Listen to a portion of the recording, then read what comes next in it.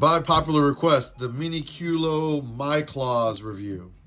You want them, you can't have them, you can't find them.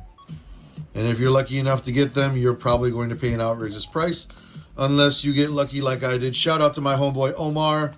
Thank you so much for the hookup, homie. Didn't scalp me. 60 bucks for these. But we're not talking about these brand new ones in the bag. No. We're not talking about those. We're talking about these. Also, excuse my nails. Didn't think I was going to need a manicure today, but hey, it is what it is. I use my hands. I was outside today. I'm dirty. I'm a man. Forgive me. Anyway, we're here about the MiClaws. It's the MiClaw Monday review. Why are we here about the MiClaws? Because everybody loves them. You don't know why you love them. You just know you want them. For that sauce, that clout.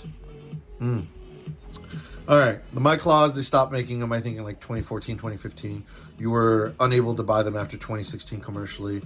They float around every now and again on eBay. They range between, I think, $150 or so.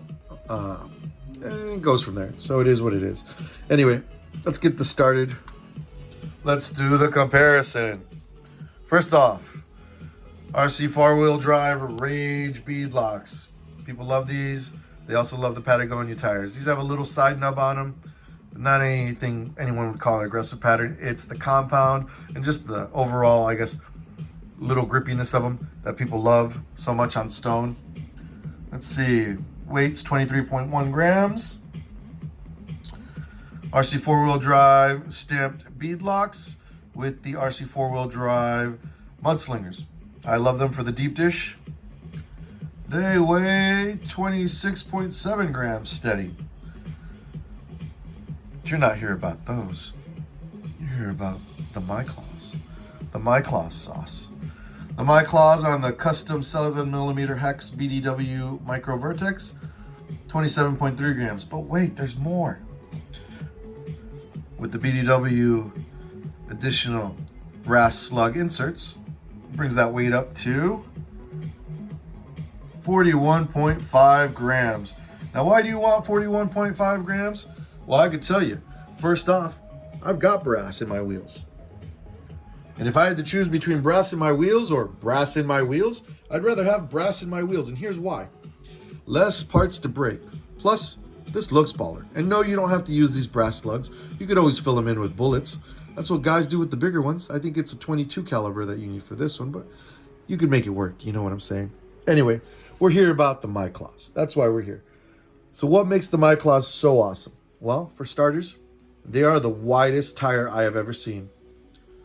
Literally the widest tire. And it's not the tire or the beadlock itself that's doing it. It's the tires. They're just super fat. The mudslingers are taller, but they're not as wide. Let's do a little comparison here. And you can just see they're thick.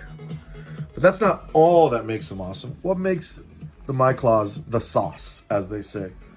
Other than the fact that they're hard to come by and the clout that goes associated with that, it's the pattern. I think it's these little side nubs, because when you're climbing on stuff, whether it's cardboard, whether it's foam, whether it's plaster parachuting on an indoor course, these nubs, they grab. But you're saying, what about the nubs on the mudslingers? Well, the mudslingers got nubs, but look at the pattern. They're on the outside, they're split up. There's nothing really on the side. Whereas the MiClaws, that aggressive pattern on the side acts like an extra tooth that just grabs. It just grabs and pulls you. It might be the difference sometimes. I think that's why people love them. The pattern, the side nubs, the compound itself, not to mention their sauce. Plus, these are the only tire I never got invented. You can see here on the RC4 drive, vented.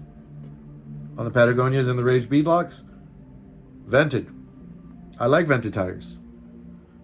But for the same reason I sought out BDW and had these micro vertexes made for me, it's the same reason I won't vent these MiClaws. I just can't ruin perfection or something this classic.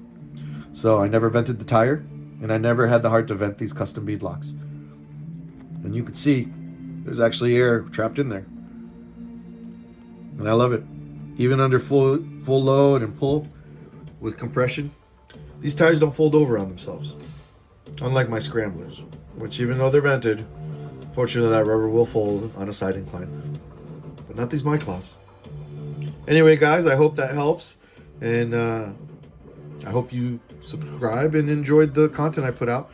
I hope to get better and hopefully bring out more content that you can enjoy in the future. But otherwise, this is Slytherin House for your MiClaw Monday.